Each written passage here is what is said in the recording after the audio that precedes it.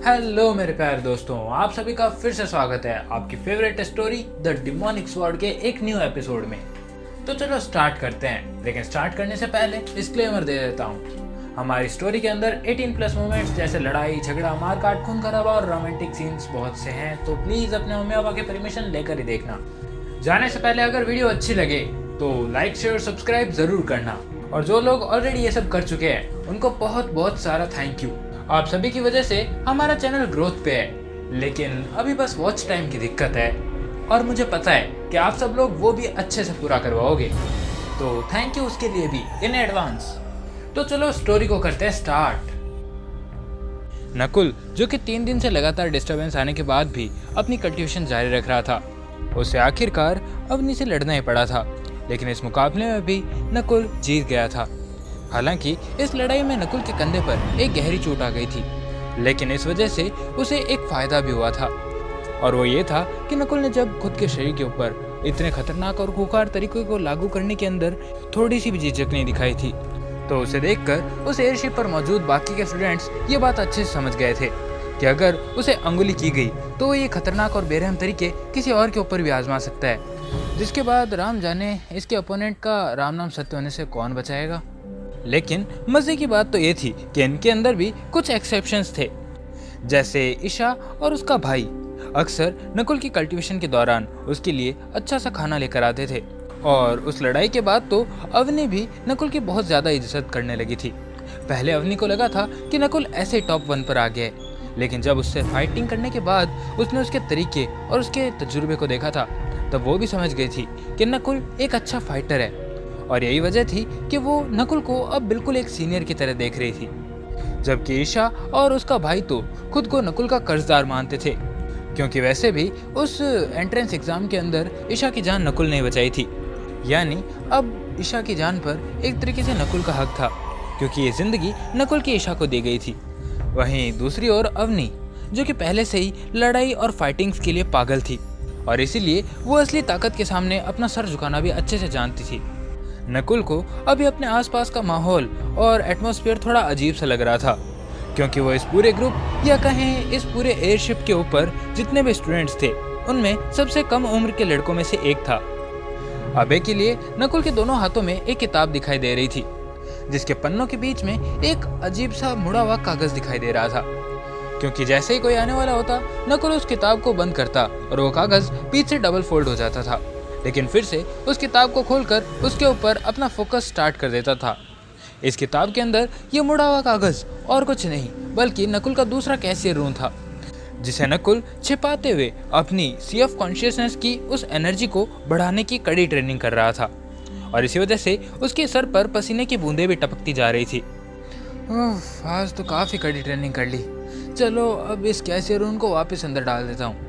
और इतना कहकर नकुल अपनी स्पेस रिंग के अंदर उस दूसरे कैशियर रूम को वापस डाल देता है, जबकि उस किताब को बंद करके वो वहाँ से खड़ा होने लगता है। लेकिन इस समय उसके मन में बस यही बात चल रही थी, यार आजकल कुछ ज़्यादा ही अजीब नहीं हो रहा, मतलब मुझे बहुत ज़्यादा ही ऑकवर्डनेस महसूस हो रही है।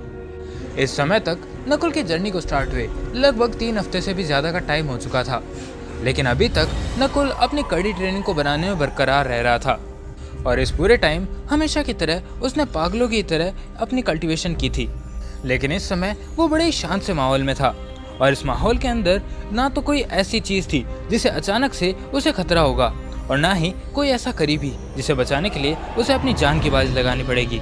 और इसी बाहरी प्रेशर की कमी की वजह से उसे अब कुछ ठीक नहीं लग रहा था, क्योंकि वो प्रेशर ही एक ऐसी चीज़ था जो कि हमेशा नकुल को मजबूत बनने पर मजबूर करती थी, और उसकी एब्सेंस में अब नकुल को थोड़ी बेचैनी होने लगी थी।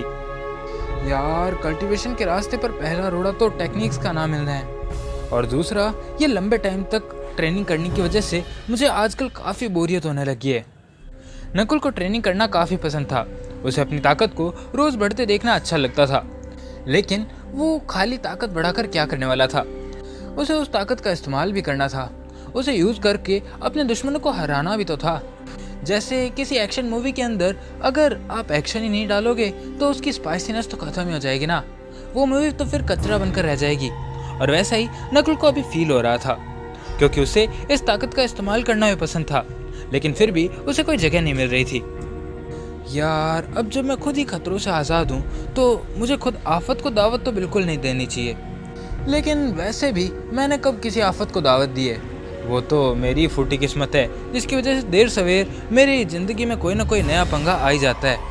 और मुझे यकीन है कि अभी भी मैं किसी न किसी नए पंगे में फंस ही जाऊँगा। उसकी मेंटल एनर्जी अब तक ख़त्म हो चुकी थी और उसने पिछली पूरी रात कल्टीवेशन की थी और यही वजह थी कि नकुल के पास अब ट्रेनिंग करने के लिए सब कुछ खत्म हो चुका था।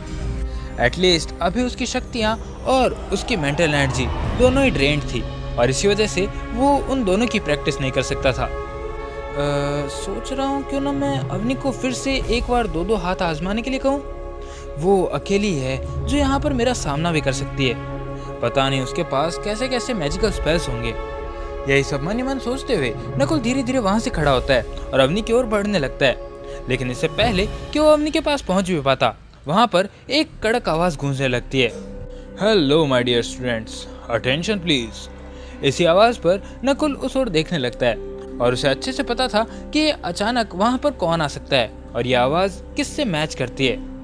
वहाँ पर सामने थियोडोर अचानक से प्रकट हो गए थे और ये उसी के उस रूम्स का कमाल था जिस वजह से अचानक से वो मेन डेक के ऊपर ही प्रकट हो गए थे। तो स्टूडेंट्स, हम एल्बस सिटी यानी स्वर्णपुर के ऊपर से उड़ान भरने वाले हैं। मेरे हिसाब से तुम सब बच्चों के लिए ये एक नया नज़ारा होने वाला है और शायद तुम इसे देखना पसंद भी करोगे। थियोडोर की फिर से एक बात के ऊपर नकुल अटक चुका था। ऊपर से उड़ान? नकुल अभी ये सब सोच ही रहा था कि तभी अवनी खड़ी होती है और डेक के किनारे की ओर बढ़ने लगती है और नकुल ये सब देखकर उसे पूछने लगता है, अवनी ज़रा एक बात बताओगी, क्या विद्यापीठ एकेडमी इस मेन राजधानी के अंदर नहीं है? नकुल बड़ी मासूमियत से उससे सवाल पूछ रहा था, लेकिन उधर अवनी के कुछ और ही हाल थे क्योंकि उसे देखकर ऐसा लग रहा था मानो उसकी आंखें फटी की फटी रह गई हो और वो अभी उसके सॉकेट से निकलकर कभी भी जमीन पर गिर जाएगी। और इन्हीं आंखों के साथ वो लगातार नकुल को ऐसे देखे जा रही थी जैसे मानो उसने दुनिया में 8वां अजूबा देख लिया हो। नकुल भी अवनी की इस हालत को देखकर काफी हैरान था और इसलिए वो थोड़ा सा कंफ्यूज होते हुए जैसे तैसे बोलने लगता है, क्या हुआ? मैंने कहीं कोई गलत सवाल तो नहीं पूछ लिया? और मानो नकुल के इस सवाल ने अवनी को बेहोशी से जगा दिया था और इसीलिए वो जैसे तैसे अपने होश संभालते हुए बोलती है, नहीं असल में वो क्या है कि मैंने तुम्हें कभी भी अपनी मर्जी से किसी से बात करते नहीं देखा था, तो मैं हैरान थी। उसकी ये बात सुनकर तो नकुल भी एक पल के लिए सन्न रह गया था। वैसे इसमें इस लड़की की कोई गलती नहीं है। वैसे भी जब से मैं इस दुनिया के अंदर आया हूँ तब से मैंने कल्टीवेशन के अलावा और कुछ ज़्यादा किया ही नहीं है। किसी से बात या फिर किसी के लिए टाइम निकालना, ये सब तो जैसे मैं भूल सा गया हूँ। पिछली ज़िंदगी में भी मेरे पास कोई ऐसा नहीं था जिसकी मैं परवाह करता रहूँ या फिर जो मेरी परवाह करता हो, इसलिए मुझे इन सब चीज़ों के बारे में ज़्यादा पता भी नहीं था। लेकिन फिर जब मेरा यहाँ पर रिबर्थ हुआ तब मुझे एक नया टारगेट मिल गया था, एक नया लक्ष्य, ताकतवर बनने का, और इसीलिए मैंने पूरी की पूरी दुनिया से एक तरीके से मुँह ही मोड़ लिया था। नकुल अभी अपने रिसेंट पास्ट को याद कर रहा था कि उसने क्या क्या किया था और बेसिकली उसने इस दुनिया के अंदर कुछ नहीं किया था अलावा कल्टीवेशन करने और खुद को ताकतवर बनाने के। लेकिन यही सब सोचते हुए वो अचानक से जैसे हकीकत में आ जाता है और अपने सामने खड़ी अवनी को देखकर उसको हाँ में अपने कंधे उचकाते हुए जवाब देता है, मानो बोल रहा हो कि हाँ तो क्या हो गया, मैं भी तो एक इंसान ही हूँ। और इतना करके वो अवनी के जवाब का इंतज़ार कर रहा था। असल में विद्यापीठ एकेडमी यानी रॉयल एकेडमी ऑर्लियाक जंगल के अंदर है जो कि राजधानी के पास ही है, लेकिन इसकी सही लोकेशन सिर्फ वहाँ के स्टूडेंट्स और शाही परिवार के लोगों को ही पता होती है। अवनी अभी नकुल को उसकी बात सुनकर ये सब बताती जा रही थी, जिसके ऊपर नकुल फिर से पूछता है, अच्छा तो ऐसा क्यों है? इसके ऊपर फिर से जवाब मिलता है, ऑर्लियाक के जंगल काफ़ी खतरनाक इलाके वाले हैं और यहाँ के एरिया को भी डेंजर जोन में गिना जाता है, लेकिन यहाँ पर बहुत सी कीमती जड़ी बूटियाँ और अजीब अजीब सी चीज़ें भी छिपी है और हमारे जैसे स्टूडेंट्स का काम उन अजीब सी चीज़ों को ढूंढकर इन एकेडमी वालों के पास लाना होता है और फिर ये एकेडमी वाले उन्हीं चीज़ों को राजधानी भेज देते हैं। अवनी की ये बातें सुनकर नकुल के मन में अब कुछ बातें चलने लगी थी। न्यू जनरेशन के ताकतवर कल्टीवेटर्स बनाने के लिए ये बिल्कुल सही चीज़ है और सही कदम भी है। ऊपर से ऐसी खतरों भरी जगह बिल्कुल वो जगह होती है जहाँ पर इन कल्टीवेटर्स को अच्छे से तराशा जा सकता है। और ये लोकेशन वैसे भी किसी आम कुलीन परिवार को तो पता होने से रही, तो इसीलिए उनकी टांग चाहे कितनी भी लंबी हो, लेकिन वो उसे यहाँ पर अड़ा ही नहीं पाएंगे। और चाहे इस एकेडमी के अंदर कितने भी कुलीन परिवारों के वारिस क्यों ना हो, लेकिन उनको इस लोकेशन के बारे में हल्की भनक भी नहीं है, और इसलिए वो अपने वारिसों पर या इस एकेडमी के कुछ स्टूडेंट्स के ऊपर उन चीज़ों को इकट्ठा करके अपना हक जमाने की कोशिश भी नहीं कर पाएंगे। नकुल का दिमाग अवनी की बातें सुनकर लगातार घोड़ों की तरह तेजी से दौड़ता जा रहा था, और इसी बीच उसे कुछ ध्यान में आता है। उसके मन में एक शंका बार बार उठ रही थी। एक मिनट यार, मुझे दाल में कुछ काला क्यों लग रहा है? मतलब कुछ तो गड़बड़ है यहाँ पर। अरे हाँ, ये लड़की, ये सबसे बड़ी गड़बड़ तो यही है। इसको 24 घंटे लड़ाई की पड़ी है, लेकिन फिर भी इसे इतनी सारी बातें पता है। कुछ तो गड़बड़ है। और यही सब सोचते हुए नकुल उस लड़की से पूछ लेता है, तुम्हें ये सब कैसे मालूम? मतलब तुम तो वैसे भी हर टाइम 24 घंटे लड़ाई की बातें करती रहती हो, तो ये सब? और नकुल के सवाल का जवाब अवनी ने ऐसे दिया जैसे वो दुनिया का सबसे सिंपल उत्तर दे रही हो। अरे ये तो हमारे देश का इतिहास है ना, तो हर कोई जानता है ये तो कॉमन नॉलेज है। क्यों, तुम्हें ये सब नहीं पता था क्या? लेकिन अब अवनी की बात सुनकर नकुल मुँह छिपाने लगा था। अरे यार, कोई दिन ये जनरल नॉलेज मुझे मरवा के मानेगा।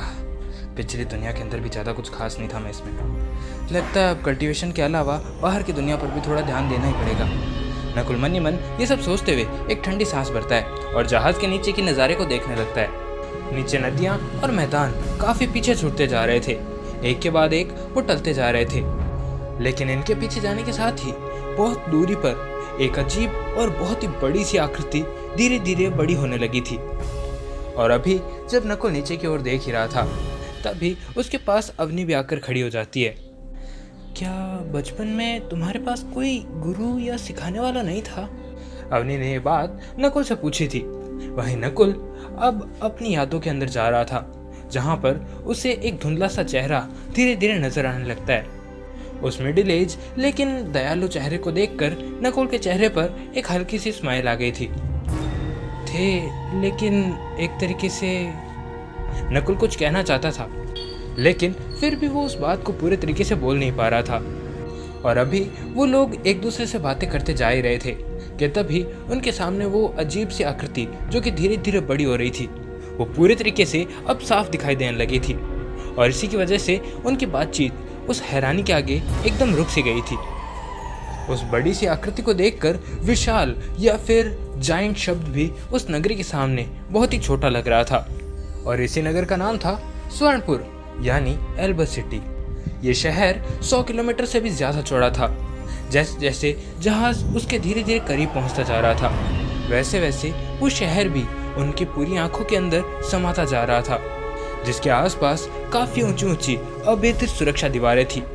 लेकिन इसके बाद भी कुछ 8-9 मंजिला इमारतें साफ देखी जा सकती थी, क्योंकि ये इतनी आलीशान थी और इनकी ऊंचाई भी उन दीवारों से काफ़ी ज़्यादा थी। धीरे धीरे जब हवाई जहाज़ उसके ऊपर से गुजर रहा था, तो उसकी चौड़ी सड़कें और वहाँ की भरी आबादी साफ दिखाई देने लगी थी। देखने से ऐसा लग रहा था कि शहर का हर कोना जिंदा दिली और रौनक से सरोबार था। नकुल इस समय लगातार नीचे देखता जा रहा था, और नीचे बहुत से जादुई जानवर बग्गियों और टांगों को खींचते हुए आगे लेकर जा रहे थे। राजधानी के केंद्र की ओर बढ़ते हुए और भी आलीशान महल उन्हें धीरे धीरे दिखाई देते जा रहे थे, और वो बग्गियां उन्हीं महलों के अंदर जाकर रुक रही थी। और ठीक उस राजधानी के बीचों बीच उसके मध्य में एक बड़ा विशाल सा किला था, जो बाकी सभी ढांचों से कहीं ज़्यादा ऊंचा था और काफ़ी ज़्यादा शाही भी लग रहा था। देखा तुमने वो देखा? वो है रॉयल मैंशन, यानी शाही महल। अवनी उस बड़े से किले की ओर इशारा करते हुए नकुल को ये समझा रही थी, जिसे सुनकर नकुल भी बोल पड़ता है, इस राजधानी की तड़क भड़क और रईसी तो काफ़ी बेमिसाल है। नकुल के मुंह से इस राजधानी की तारीफ निकल ही गई थी। वैसे इस रईसी की ज़्यादातर अनोखी चीज़ें विद्यापीठ में ही बनाई गई है। ये विद्यापीठ अकेडमी ही इन चीज़ों को बनाकर इन रईस खानदानों और या कहूँ राजधानी को प्रदान करती है। और अभी जिस चीज़ पर तुम उड़ते जा रहे हो, यानी ये उड़ने वाला जहाज़, ये भी उन्हीं महंगी और कमाल की चीज़ों में से एक है। इस समय थियोडोर हमेशा की तरह अचानक से नकुल और अवनी के पीछे प्रकट हो गए थे। वो नकुल और अवनी की बातें अच्छे से सुन रहे थे, जिसके बाद उन्हें समझाते हुए वो बोलने लगे थे। ये सब देखकर अचानक से अवनी थोड़ा डर गई थी और इसीलिए वो पीछे हट गई। लेकिन नकुल के लिए ये सब काफ़ी नॉर्मल था, क्योंकि वैसे भी थियोडोर के पास रून्स की पावर्स थी और इसीलिए वो कहीं भी टेलीपोर्ट हो सकते थे। जिसके बाद नकुल उनसे सवाल पूछ बैठता है। मुझे तो लगा था कि विद्यापीठ एकेडमी से पास आउट होने के बाद लोग शाही महल के नौकर शाही महल में काम करते होंगे। नकुल इस समय जैसे तैसे अपने मुंह से नौकर शब्द निकलने को रोक पाया था। वहीं थियोडोर नकुल की इस चालाकी पर मुस्कुराते हैं और फिर वो उसे बताते हुए कहते हैं, ऑफिशियली हम राजधानी के लिए काम करते हैं, लेकिन रिसर्च और नई नई चीज़ें बनाने के लिए सबसे बेहतरीन जगह विद्यापीठ एकेडमी है। एक तरीके से ये न्यू रिसर्च सोसाइटी है, जिसके अंदर बहुत सी न्यू फैसिलिटीज़ तुम्हें अच्छे से दिख जाएगी। हमारे पास कीमती सामानों का भंडार है और देश के सबसे बेहतरीन जाबाज भी, तो हम कहीं और क्यों ही जाएंगे।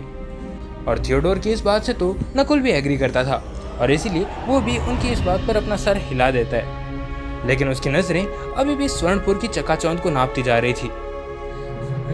बलवान हवेली के मुकाबले ये काफ़ी अलग दुनिया है, मतलब वो तो इसके सामने कुछ भी नहीं थी।